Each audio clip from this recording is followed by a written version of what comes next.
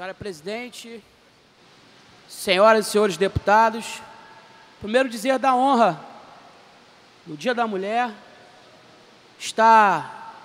podendo discursar dessa tribuna, sendo presidido por Vossa Excelência, e abraçando Vossa Excelência, eu gostaria de abraçar todas as mulheres e reafirmar o nosso espírito de luta em relação à igualdade de oportunidades. Sou pai de 2 meninas e quero que elas cresçam num mundo diferente do que nós crescemos, com muita discriminação, e podem ter certeza que nós, parlamentares, cidadãos preocupados com essa causa, estaremos unidos para que as nossas mulheres, e esse dia não seja um dia apenas de reafirmação do direito das mulheres, mas que o direito das mulheres sejam respeitados diariamente. Senhoras e senhores deputados, eu subo também essa tribuna hoje para poder fazer uma análise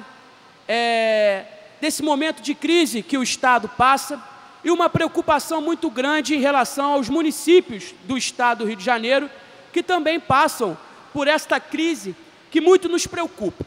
Mas eu queria fazer uma ponderação com os senhores para que a gente possa entender um pouco dessa dinâmica, dessa crise que se instalou no Estado do Rio de Janeiro com um grau mais acentuado. Meu dileto companheiro Flávio Serafini, nós temos que separar que esta crise que abala o Estado do Rio de Janeiro, deputado Jânio Mendes, não é apenas causada pela queda dos royalties do petróleo e da participação especial ou uma queda da cadeia produtiva do petróleo. É preciso que nós tenhamos o discernimento de colocar o dedo na ferida para avaliar as administrações temerárias que ocasionaram e aprofundaram esta crise. E no Estado do Rio de Janeiro, como não é diferente, é um exemplo para todo o Brasil de uma administração temerária que violou direitos e hoje está estampada nas capas dos jornais através da corrupção e desse grande projeto do ex-governador, que não foi um projeto para administrar o Rio de Janeiro, foi um projeto para colocar o Estado do Rio de Janeiro no atoleiro, através de medidas, ações que hoje a Polícia Federal, o Ministério Público Federal e a Justiça têm tornado as coisas muito mais claras para que a gente possa enfrentar esse debate, sobretudo, senhora deputada Fatinha, acabando com a blindagem da mídia que perpetuou por esses anos todos. A blindagem fez com que esse enfrentamento, aquelas pessoas que queriam enfrentar esse problema de maneira correta,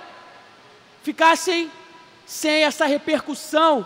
dos jornais, das rádios e da televisão. Mas nada como o tempo para que a gente possa colocar os pingos nos is e hoje poder discursar dessa tribuna de alma lavada, por olhar estampado nas capas dos jornais, todos esses escândalos que foram denunciados há décadas. Esses escândalos não são denunciados agora, são denunciados há décadas. Já são 10 anos de gestão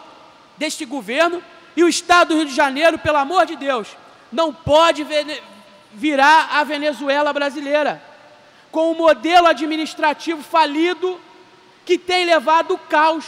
também para os municípios. E eu digo isso para poder entender um pouco essa dinâmica, e a minha preocupação com os municípios é porque também nos municípios houve gestão temerária, houve modelo político atrasado, obsoleto, e que ainda em 2017, diante de todos os escândalos, ainda insistem em imperar, sobretudo nos municípios do Estado do Rio de Janeiro. E aí, quem paga o pato com essa crise, e já foi exemplo aqui, nós combatemos, são as pessoas que mais precisam do poder público. Muitas vezes aqueles que precisam do acesso à educação, muitas vezes daqueles que precisam de um programa de transferência de renda para complementar uma renda insuficiente para a própria subsistência. E esses que pagam o pato com a crise, nós estamos vendo os servidores do Estado do Rio de Janeiro que não têm absolutamente culpa de nada com essa crise, pagando os pecados cometidos por essas gestões temerárias. E aí eu quero aqui fazer um link com o município a qual possuo meu domicílio eleitoral, o município de São João da Barra. O município de São João da Barra viveu tempos áureos de arrecadação, deputada. Áureos. O município com 33 mil habitantes, arrecadando mais de 400 milhões de reais. Era para sermos a Dubai do estado do Rio de Janeiro, era para termos a melhor educação, era para termos os nossos jovens cursando universidades. Mas parece que aquilo tudo, aquele volume de riqueza que o município deveria ter acumulado e transferido isso para o cidadão, não aconteceu. E pelo que parece, vamos para 16 anos com o mesmo modelo político, aquele modelo político atrasado, vinculado a ações que hoje a nova política não pode permitir. E eu digo isso, deputado Jânio Mendes, porque agora, diante a crise, a desculpa da crise, ao invés de diminuir essa enxurrada de nomeações que essas prefeituras têm feito, existe apenas um discurso: culpar a administração anterior e não pensar no modelo político atual, contemporâneo, que possa prestigiar, sobretudo, aqueles que deram a vida por esses municípios e pelo Estado. E no município de São João da Barra agora, ao invés de acabarem de vez com aquela politicagem barata, resolveram cortar pela metade o valor do passe para os universitários. O município de São João da Barra não possui universidade, é o município de Campos, a mais de 30 quilômetros de distância, que possui. Mas lá, ao invés de diminuírem o inchaço da máquina pública, resolveram cortar daqueles que mais precisam do poder público, assim como fez o governador do estado, Luiz Fernando Pezão. Cortaram, como eu disse, metade do passe. Então hoje o estudante que não tem condição de ter o acesso à educação universitária, que nós tanto lutamos, não podem ir estudar porque estão com seus passes cortados pela metade, e muitos desses não possuem sequer condição